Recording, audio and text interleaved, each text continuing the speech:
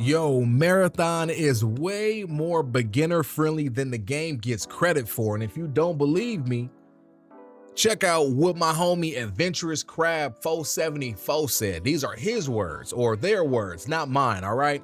My homie said, for context, I have never played an extraction shooter prior to Marathon and had absolutely no idea how it worked. I am familiar with shooter games and battle royales, but never this genre. I have seen a lot of people discuss how tough Marathon is for new players and how much of a serious issue it is, so I wanted to offer my thoughts on I wanted to offer my thoughts on it for any newer player or person who is interested in the game but has been put off by it. The game is difficult, but that is okay. The game is designed to be difficult for everyone, from the brand new person to the guy making his 1000th run through Cryo Archive, and Marathon does a lot to help out its new players. I was actually blown away when I started with how much support it gave to people starting out. You have an entire class dedicated to scavenging loot to fill up your vault, which doesn't really even require good FPS skill, just a lot of sneaking around the map. That's your homeboy Rook. You have a dedicated sponsor kit, which are zero investment and are still enough to get you through a lot of the initial contracts, right? We got the daily free kits. Loot comes and goes so easily in this game. Anything I've lost is pretty easy, gosh, I gotta slow down. Anything I've lost, I'm pretty easily able to replace, so for the most part, there's no real remorse to losing gear. The fast TTK is honestly great for newer and lower level players. It guarantees that even if an enemy player has amazing gear, if I play it right and get the drop on him, I can take him down with my gray SMG. That is huge and prevents the game from feeling hopeless when going up against better players. I felt that all of these things combined to actually make Marathon pretty accessible. Sure, you still die a lot, but the pain of dying is heavily mitigated in this game. So if you're interested but put off by the difficulty, I recommend giving it a shot. Adventurous Crab 474, you are my homie, yo. Like, I couldn't have explained this better. Because yes, this game is really difficult, especially with how PvP centric it is. You may win some gunfights, but you will probably lose more than you win. And guess what? Some of those gunfights you lose aren't always to other players. They are not always to other players. A lot of times they are to the AI. This entire week that I have been playing, or let me think, it's only Tuesday when I'm recording this, but over the last several days as I've been playing, I am pretty confident I have been downed more times by the AI than actual other enemy players, and that's the way of the road. And guess what? When I do actually get put down, I don't even freak out about it. For a moment, I'm like, dang, man, I can't believe I just lost such and such. Man, I was really gelling with that Strider. I was really gelling with using whatever I was using, right? I was really rocking with that kit, with those cores and those implants. But guess what? You almost have the memory of a goldfish, because when I get back to my stash, first and foremost, my stash is yacked right now, yo. Like, I got too much. My stash is always full, so that's a me problem. But even if my stash was empty, guess what? I have at minimum 6 or 7 packages, or what are they called? Reward packages waiting for me from each respective faction, right? Because I haven't been able to claim them because my inventory is so freaking full. So even if I run out of everything in my vault, I literally have, if I do quick math, let's say on average I have 7 packages for each faction. That's 6 factions. 7 times 6 is 42. I have 42 packages waiting for me to open that will give me backpacks, heals, salvage items, weapons, you name it, right? Not to mention, if I'm really down bad and I had no reward packages waiting on me, I just do 2 to 3 Rook runs, right? Where I'm just sneaking around the map, just like the homie Crab said. You don't have to get into any gunfights, you just gotta sneak around. And look, if you are really keeping it P, you can just sit in a vent until the final 5 to 6 minutes of a raid and then run around a POI, and you'll get some pretty decent stuff that you can sell to get money to be able to purchase a loadout, or you may find an arms locker that was untapped, or it was tapped, just other people's backpacks were full, right? And more times than not, you'll find out that you are probably the last person on the map. You go to the final exfil, and even if you aren't the last person on the map, it's kind of easy to sneak into the final exfil, if I'm being totally honest.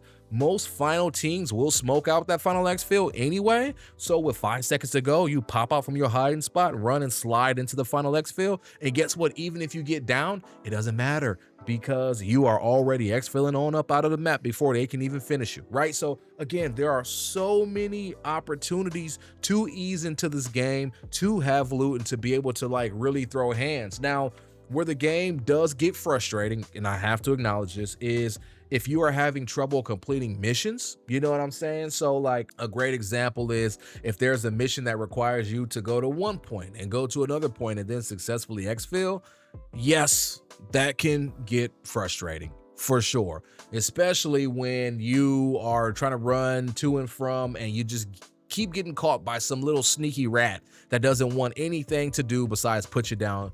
You prox chatting, you're like, yo, I'm on a free kit anyway, bro. Like, it doesn't matter. They don't care. They just want to see your blue runner blood. You know what I'm saying? Like, that can be frustrating, and there's no way to like really progress those type of missions. You just gotta get lucky and just creep around until you get it done, right?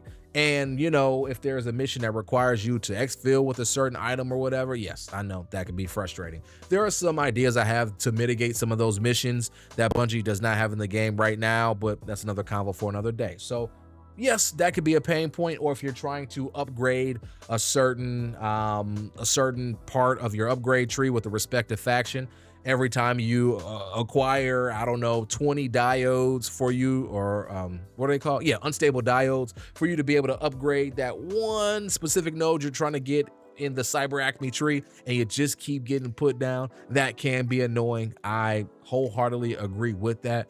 But like, if that is the biggest pain point, it's like, come on, man, come on now. And then a sidebar to that, when you do get missions complete and you are checking off the box, you get those reward packages. Guess what? Those reward packages may contain salvage items as well. So there have been times where I cashed in a few packages and I had the actual salvage that I needed to be able to upgrade that respective node.